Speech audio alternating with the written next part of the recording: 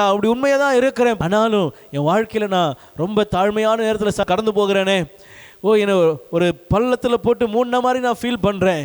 என் மேன்மை எழும்பலை, என் மகிமை எழும்பலை, என் உண்மை மேலே வரலை அப்படின்னு நீங்கள் அங்கலாய்க்கிறீங்களா? கர்த்தர் சொல்கிறார், தீயும் தண்ணீரையும் உன்னை கடக்க பண்ணுறாரா, செம்மையான இடத்துக்கு கொண்டு போகிறார். நீங்கள் ஒரு வேளை அந்த இடத்துல மேன்மை எதிர்பார்த்து இந்த இடத்துல உண்மை வரலையேன்னு நினைக்கிறீங்களா? அதை காட்டிலும் மேன்மையான இடத்துல ஆண்டவர் உங்களை வைத்து அந்த உண்மையை வெளியரங்கமாக்குவார். இது கர்த்தர் செய்ய வல்லவராக இருக்கிறார். எளியவனை ஒருபோதும் மறக்காதவர், எளிமையானவர்களை ஒருபோதும் விட்டு கொடுக்காதவர், அவர்கள் சார்பில் நிற்கிற கர்த்தர் உங்களையும் என்னையும் படைத்த தேவனாகிய ஆண்டவர்.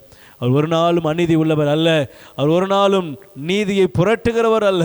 அவர் உண்மையும் நீதியும் உள்ள நியாயாதிபதி, நீதியாய் நீதி செய்கிறவர், சரியாய் சரி கட்டுகிறவர், பொய் சொல்ல மனிதர் அல்ல. அவர் எல்லாவற்றையும் நேர்த்தியாய் செய்வார். விசுவாசத்தோடு காத்திருங்க, நிச்சயம் செய்வார். உயர்த்துகிறவர் அவர் ஒருவரே. அவர் கரம் மாத்திரம்தான் நம்மை உயர்த்தும். விசுவாசிக்கிறீங்களா? ஆமேன் சொல்லுவோமா? ஆமேன்.